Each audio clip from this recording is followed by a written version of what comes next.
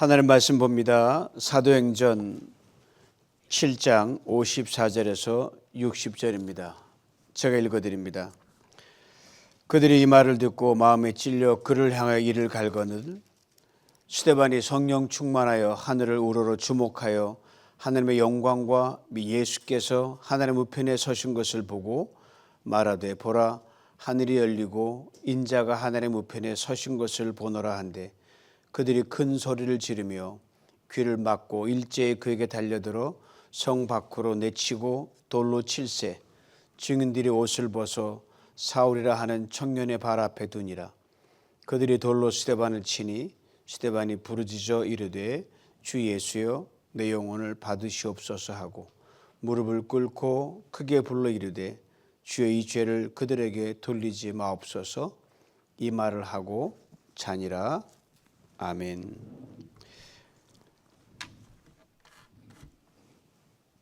벅찬 기대 속에 시작됐던 2025년이 오늘 마지막 주일을 맞습니다. 참 신기하죠. 붙잡고 싶은 세월인데 이 녀석이 중간엔 붙잡힌 바 된 것처럼 보이지만 결국은 우리를 붙잡지 않고 우리를 계속해서 흘러가는 시간 속에 내몰듯이 여기까지 왔습니다. 그러면서 나는 올 한 해를 잘 살아왔는가 이런 질문을 던지게 되죠. 한 해를 지날 때마다 늘 성숙하면서도 그래도 아쉬움이 있기 때문에 늘 각자 물어보는 질문들이 있죠. 그래서 나름대로 후회하는 그 몇 가지가 있다 그래요. 이건 대부분 공통적인 거예요. 뭐 잘난 사람, 못난 사람, 배운 사람, 못 배운 사람, 부자, 가난한 관계없이 다 있어요. 먼저는 베풀지 못한 것에 대한 후회입니다. 좀 더 베풀 걸. 그다음에 참지 못한 것에 대한 후회입니다. 조금만 참았더라면 내가 이러지 않았을 텐데. 그리고 좀 더 행복하게 살 걸.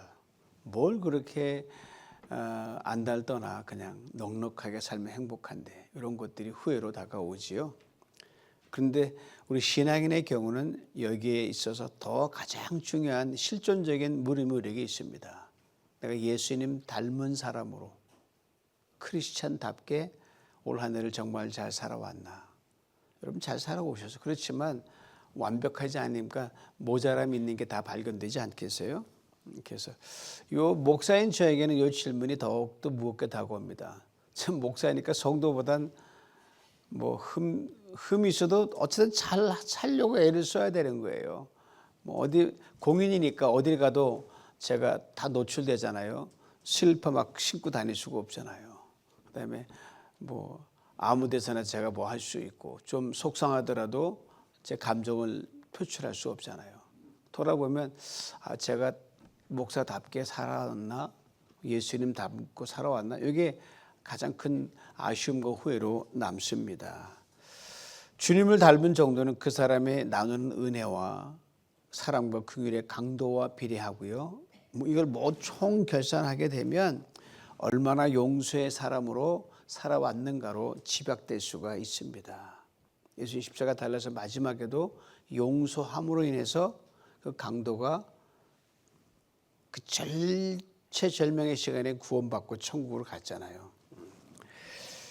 요사이 신문 읽으시는 분 계세요? 거의 안 읽죠. 무슨 신문이라는 게 거의. 그래도 신문 보시는 분이 계시는데 얼마 전에 마켓에 갔다가 그 신문 그 좌판 데가 있잖아요. 신문 안에 올라와 있더라고요. 이렇게 하나하나 이렇게 뭐 그냥 올려 있으니까 사질 않고 이렇게 신문을 몇 페이지 펼치는데 이런 문장이 제 딱 나오는 거예요. 왜 우리는 드라마처럼 살지 못할까? 너무 익숙한 질문들이죠. 드라마의 주인공처럼 살면 다 영웅이 되고 그러는 거죠. 한 번쯤 그랬으면 좋겠다. 드라마 속에 있는 사람 브라운관에 나오면 그나 우리나 비슷비슷해요. 내 인생도 드라마 같았으면, 내가 주인공이었으면 누군가 나 대신 그렇게 살아줘. 이런 대리 만족이 있지 않습니까? 그 짧은 칼럼을 보다 보니까 우리가 드라마처럼 살지 못하는 이유를 좀 구체적으로 현실적으로 적어놨더라고요. 내가 잘못한 일이라면 인정하고 사과한 용기가 필요한데 그렇지 못하니까 드라마처럼 못 산다는 거예요. 더군다나 가족이니까 아는 사람이니까 그냥 퉁치고 넘어가지 대충 얼버무리고 만다는 거예요. 그러다 보니까 캐캐 묵은 감정이 쌓여서 결정적인 순간에 탁 튀어나온단 말입니다. 사랑하는 성도 여러분, 가족이기 때문에 넘어가는 것이 아니라 가족이기 때문에 용서를 구해야 되고 용서를 해야 됩니다. 사과에는 조건이 없어야 되고요. 용서에도 조건이 없어야 되면 이번 한 번만 용서한다. 그건 용서가 아니에요. 흥정이 되는 거죠. 그 예수님 방식이 아니잖아요. 근데 문제는요. 이 맺고 푸는 일이 잘 안 된다는 거예요. 생각처럼 잘 안 된다는 거예요. 이 90을 바라보는 우리 권사님 계시면 잘 안 되잖아요. 근데 권사님이 잘한다니까 훨씬 미친 저는 더 잘 안 되죠. 화해도 어렵고 용서도 어렵고 관계는 어색해지고 그래서 말은 다 이해해서 그럼 다 받아주지 그러면서 돌아서서는 아니란 말이에요. 다 그렇지 않습니까? 시간이 지나면 또 쌓여가지고 결정적으로 탁 튀어나가지고 또 돌아서 후회하고 하늘을 살아가면 이런 것들이 앙금 남아있죠. 몇 개의 단어로 압축하면 원통함이 그렇고 속상함이 그렇고 섭섭함, 분노, 미움, 원망 등이 다 그럴 것입니다. 어떤 건 상대방도 알고 있는 상처이기 때문에 이해할 수 있지만 어떤 건 상대방이 전혀 모르는 나만 끙끙 앓고 있는 게 있어요. 다 듣고 나서 에이 진작 얘기하지 왜 끙끙 앓고 있어 그럴 때가 있잖아요. 겉으로는 웃고 있지만 속으로는 아직 묶여있는 매듭. 말하지 않았다고 해서 풀린 것이 아니고 시간이 흘렀다고 사라지는 것도 아닙니다. 주님이 시간 말씀하시면 좀 내려놔라. 네가 해결할 수 있는 게 뭐라고 끙끙 앓고 이렇게 껄탕하고 말씀하시는 거예요. 그걸 붙잡고 계속 껄탕하면 새해를 맞으면 또 다른 것의 연속이니까 내려놓으시라는 거예요. 주님 원하시는 게 이거죠. 한 해 끝에서 관계를 정리하고 마음을 풀고 은혜로 묶어라. 즉 설교 제목처럼 아름다운 매듭을 짓는 거죠. 우리가 함께 읽은 본문은 여러분 잘 아시는 초대교회 7 집사 중에 한 사람인 스데반 집사의 마지막 장면을 담고 있습니다. 예수님을 증거하다가 당시 종교 지도자로부터 엄청난 핍박과 모욕을 당했어요. 그래서 결국 죄 없는 사람이 재판장에 서게 됩니다. 씌워진 죄목이 2가지예요. 성전 모독죄 그리고 율법 모독죄. 그 당시 그 사람들의 기준으로는 이 죄가 되는 거예요. 모르니까 지지없이 모르는 거죠. 그 내노라는 사람들 앞에서 이 평집사가 일목요연하게 하나님의 구원 계획을 이스라엘 역사를 통해서 아주 치밀하고도 조직적으로 증거를 합니다. 아브라함을 시작해서 요셉과 모세를 거치고 그다음에 성전이 무엇인지 그리고 그 어떤 설교보다 뛰어난 탁월한 설교를 스데반 집사가 합니다. 구구절절 옳았기 때문에 반박할 수가 없는 거예요. 반박이 하나도 안 나와요. 그러나 문제는 말이 옳으냐가 아니었어요. 문제는 그 말 때문에 누구를 막 뒤흔들어 놨기 때문에 여러분 알면서도 자존심 때문에 그걸 못 받아들일 경우가 있잖아요. 내가 틀렸어도 그냥 아니라고 우기고 가는 게 인간 아닙니까? 이 사람들이 그 듣고 보니까 마음이 팍팍 찔리는 거예요. 한 구구절절히 옳은 말만 하니까. 그래서 그들이 이 말을 듣고 마음에 찔려 스데반을 향해 이를 부득부득 갈았다고 되어 있어요. 이 부득부득 가니까 화가 좀 났나 보다 하지만 그 화가 났다는 그 정도가 아니에요. 마음 전체가 분노로 뒤집혀 가지고요. 속이 갈기갈기 찢길 만큼 분했다는 것이 이를 갈았다는 겁니다. 즉 물어뜰 듯 덤벼들었다는 게 오늘이에요. 여러분 사자나 호랑이가 먹이를 딱 봤을 경우에 그냥 꽉 물고 그냥 둡니까? 딱 조금 막 흔들잖아요. 그런 마음 자세와 그런 상황으로 스데반 집 이를 부득부득 간 거예요. 극단적인 분노로 꽉 찬 거죠. 자기들 권위에 도전했다. 감히 집사가 우리 대제사장에게 도전을 해? 우리가 틀렸더라도 그런 말 하면 안 되지. 뭐 할 말이 없는 거예요. 좋게 말하면 그들의 자존심을 건드린 거예요. 그들의 자리와 체면과 그동안 쌓아왔던 업적과 모든 것을 걸고 넘어지니까 하루아침에 인정하면요 와르르 무너지는 거예요. 사랑하는 성도 여러분, 자기 욕심을 지키기 위해 내세우는 자존심은요 결코 사람을 고상하게 만들지 않습니다. 인간을 본능의 노예로 만들고요 한순간에 짐승으로 전락시킵니다. 이 대목에서 스데반의 이야기는 그냥 스치는 지나간 교회사 속의 한 이야기가 아니라 여러분과 제가 우리 자신을 비추어 보는 굉장히 중요한 거울로 우리는 봐야 됩니다. 우리 인간이 이처럼 파괴하는 자존심에 대해서 누가 이렇게 글을 쓴 적이 있어요. 즉 사람의 마음은 양파와 같습니다.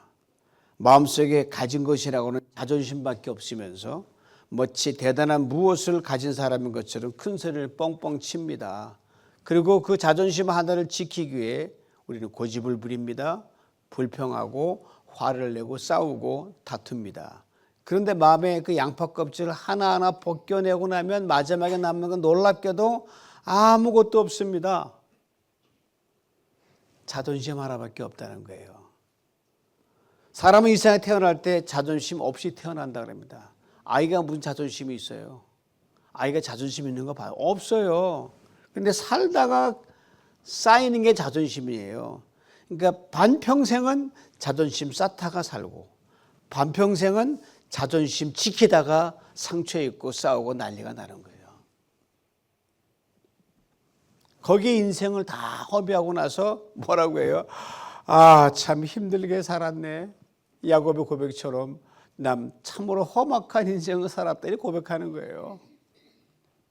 자존심은 끝까지 우리를 위대하게 만드는 게 아니에요. 우리를 참으로 비참하게 만들고 초라하게 만들고 가장 부정적인 사람으로 전락시킵니다. 여러분 이 자존심 가지고 계십니까? 오늘 싹 다 버리십시오. 필요 없습니다. 계속 힘드셔요. 이 무익한 자존심을 끝내내지 못한 이 동교 지도자들이 스데반을 향해 어떻게 행동했는지 오늘 본문 57절 이렇게 기록합니다. 그들이 큰 소리를 지르고 귀를 막고 일제히 그에게 달려들어. 여러분 자존심 센 사람들은요 귀 막고 남의 말 안 들어요. 그냥 자기 소리만 높여가요. 귀가 안 들려서가 아니라 들려도 더 높이는 거예요. 굶주린 사자떼가 먹잇감에 달려가듯이 그때 스데반은 아무 대항도 하지 않습니다. 아무는 무기도 들고 있지 않고요. 그저 말씀 전한 걸로 끝냅니다. 근데 그를 향해서 날아드는 게 돌이 막 날아드는 거예요. 맞으면서 서서히 죽어갑니다. 근데 여러분 이 미친 듯이 스데반에 돌을 던지고 자주점을 세우고 막 길길이 입에 거품 물고 뛰는 사람은 누구예요? 강도입니까? 폭도입니까? 천만의 말씀이에요. 제사장들이에요. 요즘 말하면 목사들이에요. 율법학자들이에요. 교회 중직들이에요. 성경 공부 많이 했다는 사람들이에요. 바리새인들이고 사두개인들이었어요. 스스로를 우리처럼 하나님 잘 알아는 사람에서 나와보라 그런 사람들이었어요. 돌이키고 회개할 결정적인 순간에 이들의 자존심에 눈이 멀어가지고 정말 지켜주고 참 잘했다. 내가 못한 건 너에게 했다. 이렇게 해줘야 할 그 사람을 죽이고 말았습니다. 얼마나 어처구니 없습니까? 오늘 보면 60절은 그런데 놀라운 장면을 우리에게 보여줍니다. 주여 이 죄를 그들에게 돌리지 마옵소서. 상상이 가십니까? 여러분도 하시겠어요? 돌판에 맞았는데 주여 저 친구를 용서해 주십시오. 불가능합니다. 그러나 배워야 되죠. 그리고 스데반이 드린 용서의 기도죠. 하나님께 그들 돌이킬 수만 있다면 내가 돌을 밟아 맞아도 괜찮다는 겁니다. 그리고 그 돌을 맞아가면서 그 끝을 어떻게 되느냐, 오늘 본문은 이렇게 생을 마감했다고 기록합니다. 이 말을 하고 자니라. 여기서 스데반의 삶이 끝납니다. 세상적인 관점 비참하죠. 그는 유대인이었어요. 유대인으로 태어나서 타지에 살다가 다시 고향으로 온 1.5세 아니면 2세 유대인이었습니다. 젊은 집사였고 예수를 믿은 지 오래되지 않았습니다. 그를 향해서 모든 분노와 미움과 조소와 핍박을 죽음으로 매듭집니다. 그 매듭 안에 용서를 담습니다. 이보다 더 아름다운 매듭이 어디 있습니까? 근데요, 그에게는 고통에 대한 보상이 없어요. 전도의 열매를 눈으로 확인할 기회도 없어요. 전도하다 결실도 죽었으니까 칭찬은 더욱도 없고요. 누가 알아주는 레코니션도 없고 형통은 거리가 멉니다. 그런데 말입니다. 이 아름답게 매듭져진 이 스데반 한 사람 그 집사의 여정 끝에 주님은 당신의 교회를 세우셨다는 겁니다. 교회를 확장해 나가셨어요. 그리고 오늘 그 믿음의 연장선 위에 여러분과 제가 서 있고 뉴비전 교회가 서 있다는 겁니다. 2025년 한 해 마지막을 보내는 송년주일입니다. 스데반이라는 이 한 사람의 삶을 한 해의 창을 통해 들여다보고 있습니다. 그 창은 아름다운 인생의 매듭이라는 창입니다. 오늘 이 시간 스데반의 아름다운 매듭을 통해서 우리 각자가 지난 한 해를 겸하게 돌아볼 수 있기를 원합니다. 그리고 우리 또한 스데반 집사처럼 죽음으로 삶을 마감할 수는 없지만 용서와 긍휼로 이 한 해를 잘 마감할 수 있길 원합니다. 여러분 다 미움 가지고 있어요. 속상한 가지고 있어요. 없는 사람 손 들어보세요. 다 있어요. 꼭 깨끗하게 정리하고 넘어가야 된다는 거예요. 매듭을 짓고. 한 해 살아오면서 여러분 내가 남에게 준 상처도 있고 받은 상처 있고 피장파장 아니에요. 피장파장 없어요. 또 유난히 나를 힘들게 했던 사건이나 사람 떠올리면 이가 부득부득 지금도 갈리십니까? 여전히 답답하고 우라가 치밀어 오르십니까? 오르죠. 또 반대로 여러분 나 때문에 아파했던 사람도 있었다는 사실이에요. 우리는 그게 쉽게 잊어버리죠. 심령의 체증처럼 막 누릅니다. 그리고 내 인생만, 내 직장만, 내 가정만, 내 사업만, 내 인간관계만, 내 그 일만 꼬이는 것 같아가 속이 더 상하는 거예요. 그러다 보니 세상에 대한 원망이 막 커져갑니다. 사람들은 불평이 커져가고요. 시기와 질투로 인해 우리 마음의 문이 꽉 닫혀 있습니다. 좀 큰 거대 담론 얘기하면 정부가 하는 일이 마음에 안 드는 거예요. 유엔이 하는 거다 마음에 안 들고 모든 것이 못마땅한 거예요. 막 핏대를 오르는 거예요. 목사님 저도 보면 속상한 게 왜 없게 있죠. 이 말씀을 준비하면서 참 저도 내려놓고 매듭짓기 힘든 것이 있더라고요. 속상하기도 하고. 그래서 기도로 이겨보고 부단히 애를 쓰면서 이 자리에 서 있습니다. 여전히 조금 남아있단 말입니다. 참 번거롭고 번패스럽고 끊어내야 되는데 매듭제 참 힘들지 않습니까? 그래서 반드시 매듭을 짚고 넘어가야 됩니다. 긍휼과 용서의 매듭입니다. 여기서 우리가 한 가지 분명히 알 것이 있어요. 용서와 긍휼이란 여러분 지나간 아픔과 고통, 억울함과 원통함의 흔적을 없애거나 바꿔버리는 게 아닙니다. 그대로 있어요. 그 모든 흔적 그대로 두고요. 그냥 그 위를 덮어버리는 거예요. 콘크리트 친다 그러죠 여러분. 콘크리트 쫙 쳐버리는 거예요.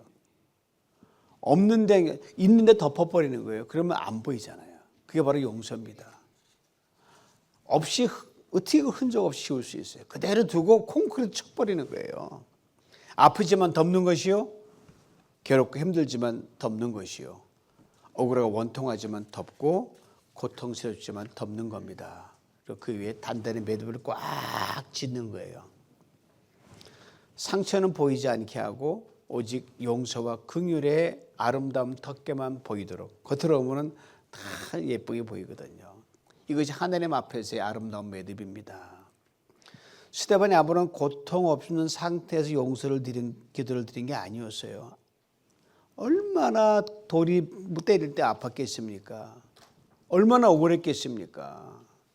모든 게 실시간으로 피해를 다 보는 아픔을 겪는 가운데서 아름다운 매듭을 지었다는 거죠. 치우지도 않아서 그대로 두고 용서로 콘크리트에 쫙 덮어버린 거예요. 용서를 아름다운 덮개로 덮은 것이지요. 그리고 죽음으로 덮개를 싸서 그 어떤 것도 건들지 못하게 만들었습니다. 오늘 보면 56절의 스데반의 마지막 장면 이렇게 얘기합니다. 본인이 얘기, 보라 하늘이 열리고 인자가 하나님 우편에 서신 것을 보노라. 성경은 분명히 말합니다. 하나님 우편에 앉아 계신 것이 아니라 서 계셨다고 말합니다. 앉거나 서나 똑같은 거죠. 굉장히 차원이 달라요. 이 아름다운 매듭을 지은 이 스데반 한 사람의 삶을 맞이하시기 위해 앉아 계신, 너 참 잘했다, 버선발로 들고 스데반을 서서 맞이했다는 겁니다. 여러분, 우리가 천국에 이를 때 앉아서 어서 오너라 주님이 그러시겠어요? 아니에요. 막 달려서 천국 문에 와가지고 확 잡아드시는 거예요.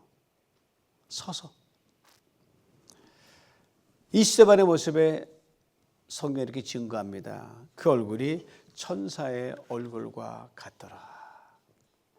지난주에 어떤 권사님인가?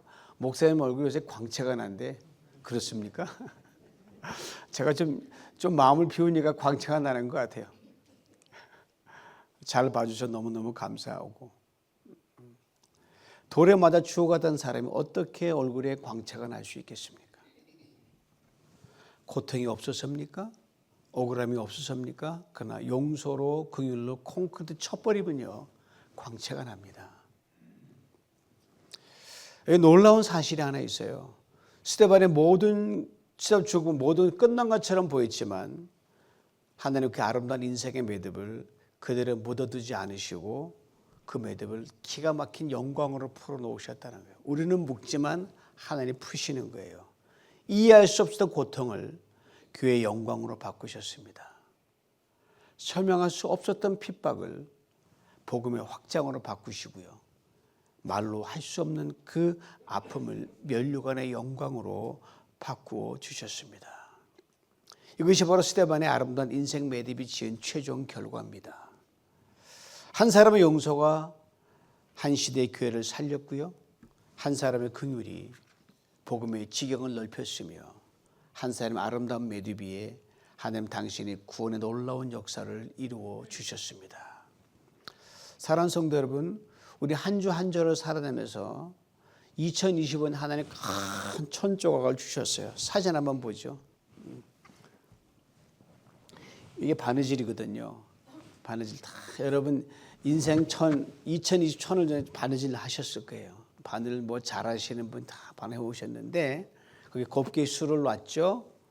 급한 건 막 엉뚱한 데 가기도 하고 잘라 붙이기도 하고 어떻게 하고 이제 바느질 2020년에 이 천조각은 마감을 해야 돼요. 끝내야 돼요.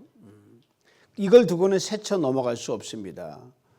그래서 여러분 제가 우리 어머니에게 배운 바느질 기술 하나 가르쳐 드릴게요. 해마다 이때는 늘 생각하는데 그 다음 장면 보시죠.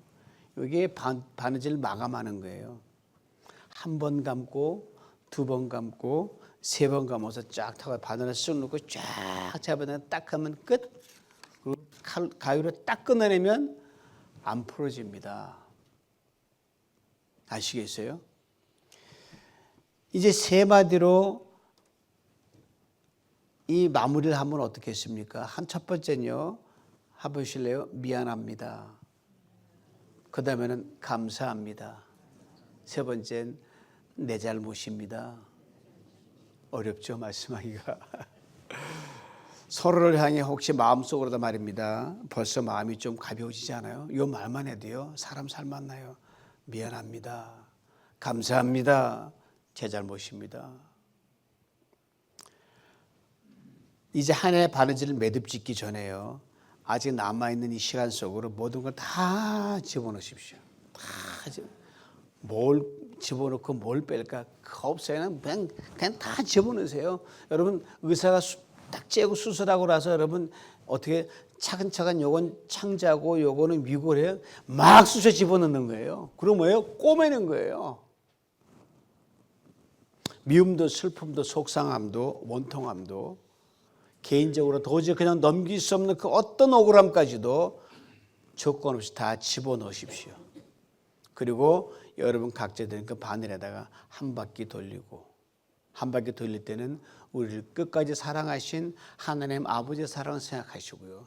또 한 바퀴 돌릴 때는 우리를 위해 죽기까지 참으신 예수님을 생각하고, 마지막 한 바퀴 더 돌릴 때는 성령님이 이 내가 돌리는 이 마감에 하나님께서 역사하실 줄 믿고 돌리는 거예요. 한 번, 두 번, 세 번. 3 times. 그리고 바늘 끝에 꽈리를 꽉 잡고 기도로 마감해야 되죠. 이렇게 기도하시면 돼요. 주님, 여기에 2025년에 모든 것을 담아 용서로 콘크리트 치고 아름다운 매듭을 짓기를 원합니다. 이 매듭을 다시 열어보거나 다시 풀어보지 않게 하여 주시옵소서. 이제 그 매듭을 들고 눈을 들어 새로반짝 하늘을 쳐다볼 수 있기를 원합니다. 그 한 해의 끝에서 이 성령인질 이주일 예배 시간에 하늘 여러분과 저에게도 하늘의 영광을 보게 하실 줄 믿습니다. 주님의 얼굴을 보게 하실 줄 믿습니다. 예수님 얼굴 보이세요? 저는 보이는데 한번 해보실래요? 보인다. 정말 보인다. 네, 보여요. 스데반의 글이 하셨듯이 말입니다.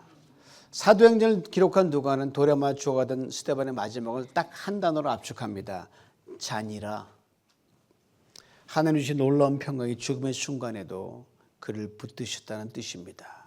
사랑하는 성도 여러분, 한 해의 아름다운 매듭을 짓고 주님을 바라본 여러분과 저에게도 놀라운 평강을 허락하여 주실 줄 믿습니다.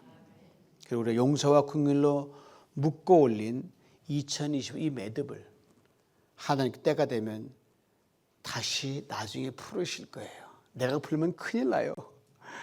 판도라 상자처럼 몽이 다 오네. 주님이 다 제가 목회단 적었지만 다 풀으셔서 가깝고도 먼 장래에 큰 영광으로 진정한 축복으로 여러분 때에 여러분 후손에 참으로 귀하고 멋지게 갚아주실 줄 믿습니다. 그때 우리는 이렇게 고백하게 될 거예요. 그때 눈물로 만들었던 이 매듭을 이렇게 풀어주시다니, 그렇게 견디기 힘들었던 매듭을 이렇게 영광으로 바꿔주시다니, 나의 허물로 엉키고 설킨 것까지 기적으로 이처럼 풀어주시다니. 천국 먼저 가지고 우리 성도님들이 지금 보고 저랑 같은 얘기 할 거예요. 강진의 권사는 위시에서 최근에 갔던 우리 송재 집사님 마찬가지고, 이것이 바로 아름다운 매듭을 짓는 자들에게 주시는 기이한 축복입니다. 이 기대와 소망 가운데 우리 가장 맑고 환한 얼굴로 희망찬 2020년 새해를 맞이하는 복된 성도님들 다 되시길 주님의 이름으로 축원합니다. 한 해 동안 여러분 정말 감사했고요. 여러분의 참으로 눈물겨운 헌신에 머리 숙여 깊이 감사드립니다. 기도합니다. 주님, 2025년 한 해를 여기까지 인도하시는 은혜를 감사합니다. 말로 다 하지 못한 상처와 풀지 못한 마음까지 오늘 주님 앞에 내려놓습니다. 아프지만 품게 하시고 떨리지만 맡기게 하시며 이해되지 않아도 신뢰로 감싸 안게 하여 주시옵소서. 용서와 긍휼로 이 한 해를 콘크리트 치듯 쫙 치게 하시고 새로운 시간 앞에 마음으로 서게 하여 주시옵소서. 우리 주 예수 그리스도의 이름으로 기도하옵나이다. 아멘.